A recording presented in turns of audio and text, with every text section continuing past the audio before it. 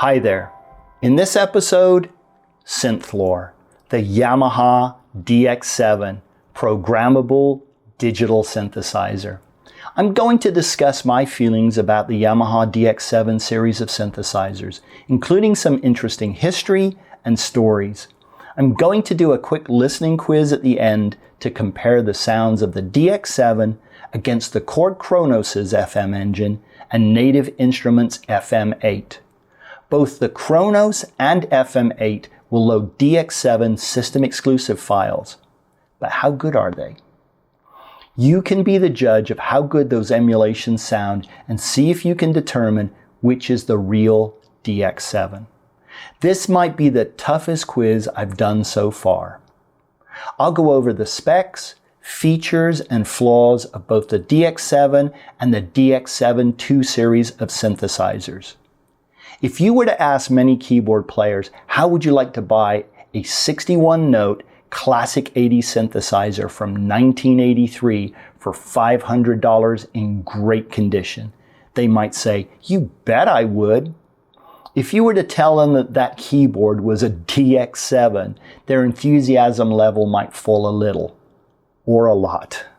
The DX7 is a classic 80s synthesizer.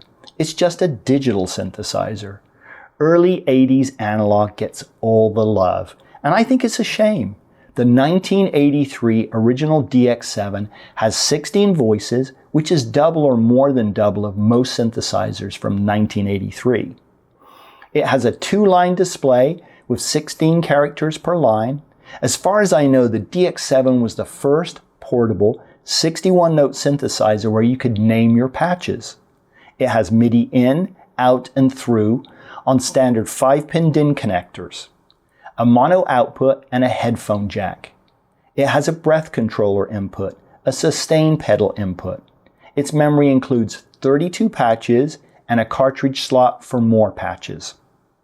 It also offers MIDI system exclusive dumping and loading of patches. Sound generation in the DX7 is FM synthesis. Here's some nerdy information, so you may want to tune out or just advance forward about a minute. John Chowning, a Stanford University professor, is credited with the version of FM synthesis that was licensed by Yamaha for use in the DX7 and other synthesizers. Here is the primary patent that was filed May 2nd, 1975 to cover Professor Chowning's invention. The patent issued April 19th, 1977. Patents last for 20 years from the date of filing, so this patent expired in 1995. The assignee is Stanford University, who must have made a boatload of money off of licensing the patent.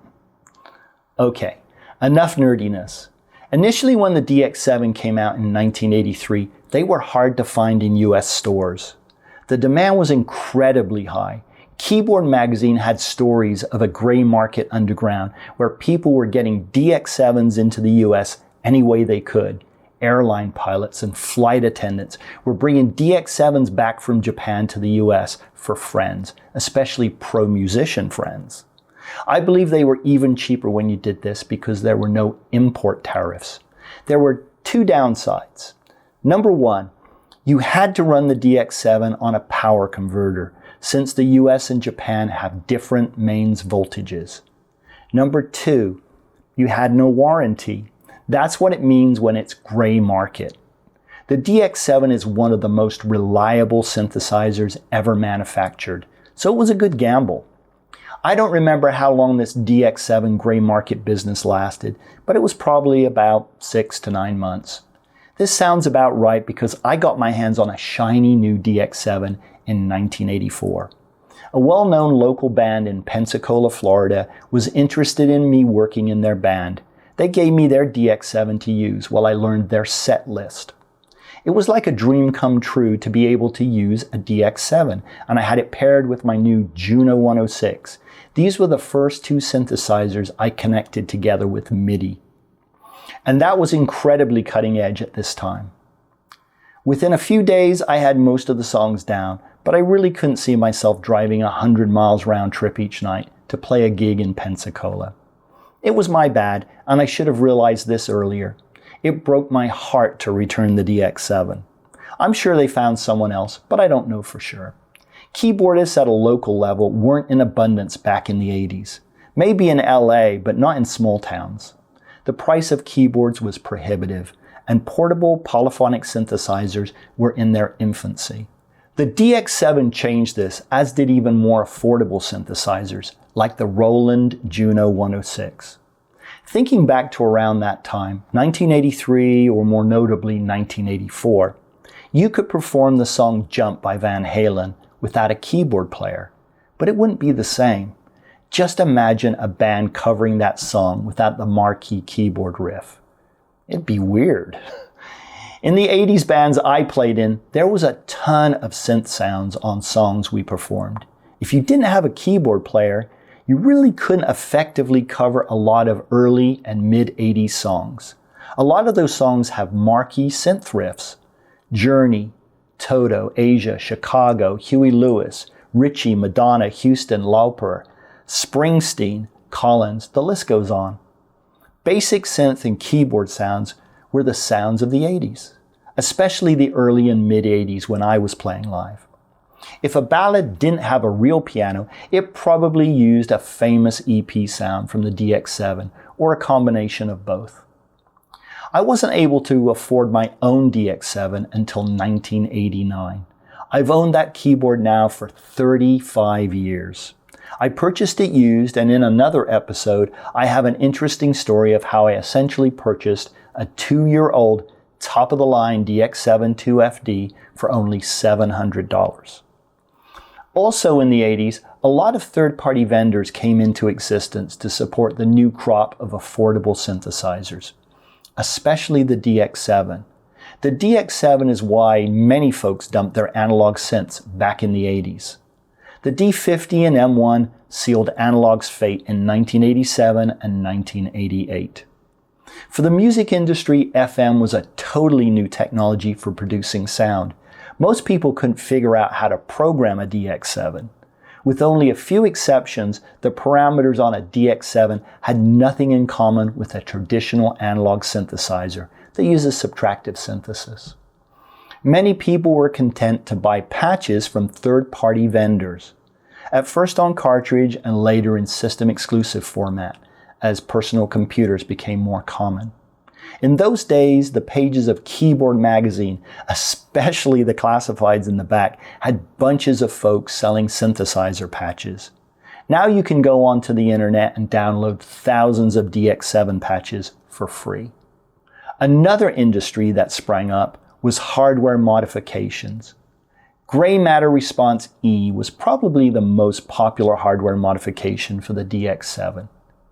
The feature highlights include 320 RAM patches instead of 32, another 256 in ROM if you didn't mind paying a little extra, plus a host of new MIDI functions, discrete send and receive channels, local on-off. The maximum velocity MIDI value issue was fixed on the original DX7, and more. Speaking of the MIDI velocity issue, the original DX7 couldn't send the full MIDI range of 127, but Gray Matter E fixed that. Circa 1987, I spent an hour or two with my best friend Brian installing Gray Matter E into his original DX7. With bated anticipation, we turned on his DX7 and we got a memory corrupt message or something like that. We were on Hallandale Beach and at Brian's apartment on the 20th floor, and I believe Brian was thinking of taking the shortcut to the lobby. I said, turn it off and on again, and he did, and it worked. He doesn't have that DX7 anymore, but I still have mine, and I never sell it. Gray Matter Response also released a version for the DX7 II series, which included even more features. It made the unit multi-timbral, added a sequencer, an arpeggiator, and more.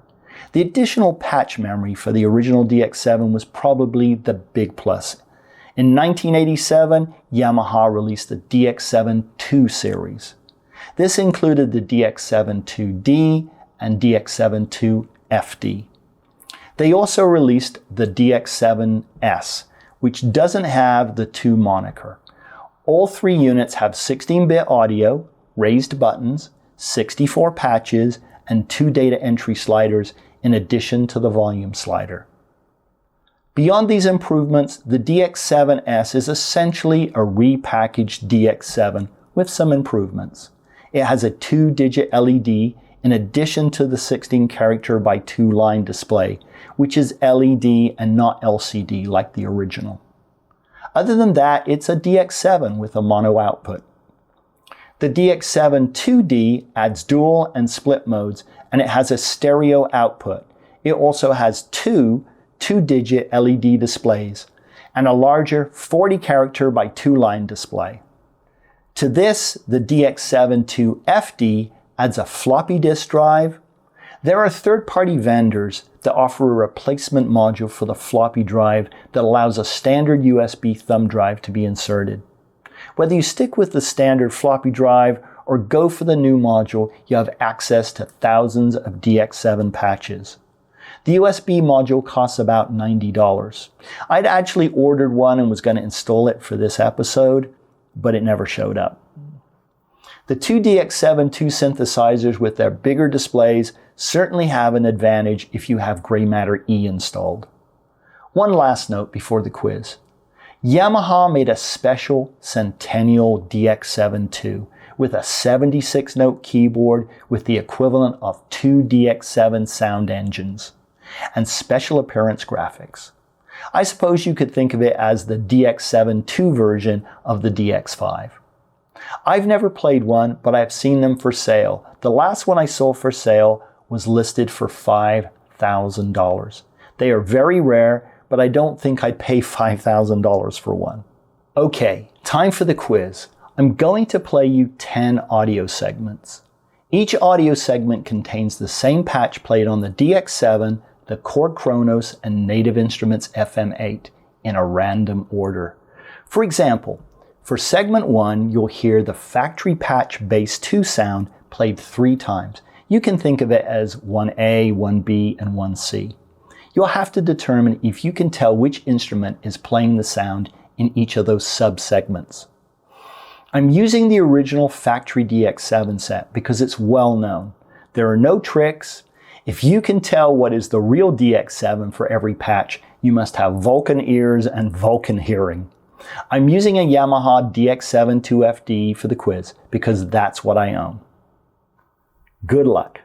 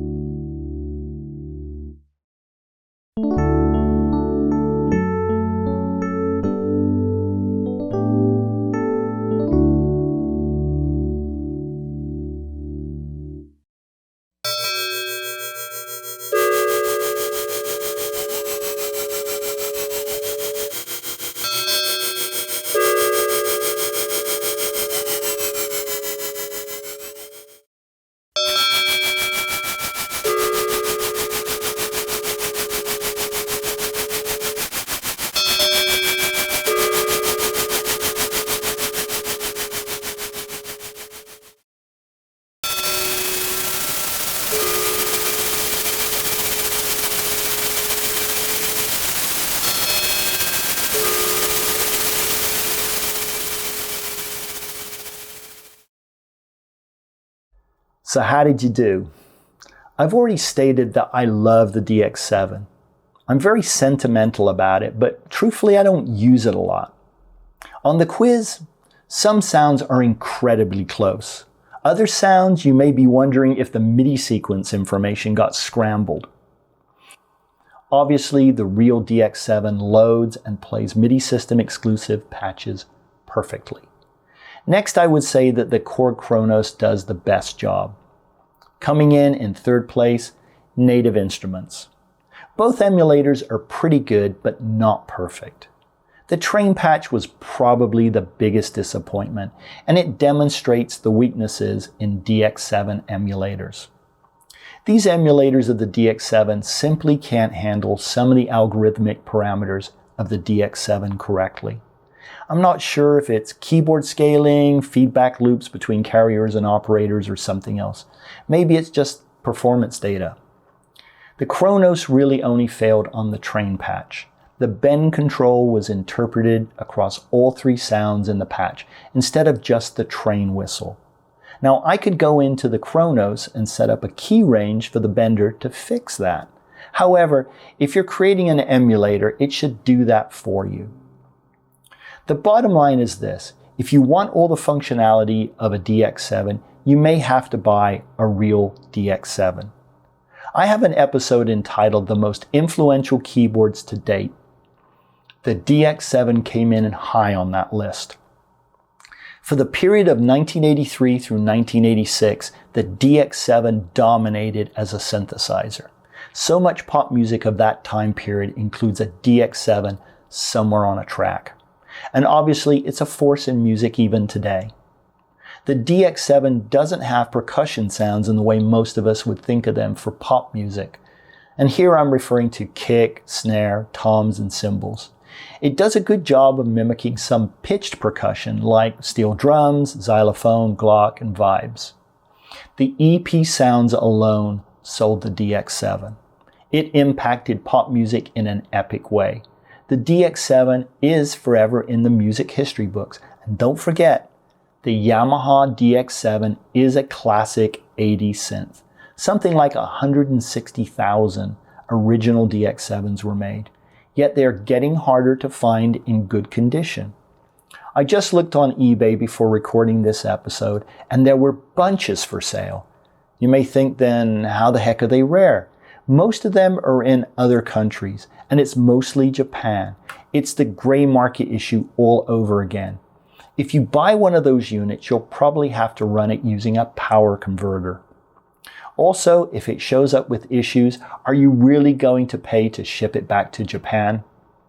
I also looked again very recently. On Reverb, I've seen quite a few lately in the US. This wasn't true a couple of weeks ago. It's hard to find one that is in good condition, at a good price, and the owner is willing to ship it, though there were a few. There are lots of units with free shipping from Japan at relatively good prices, but I already talked about the issues. If you're interested in a hardware DX7, my suggestion would be to get the DX7 2FD if you want the keys.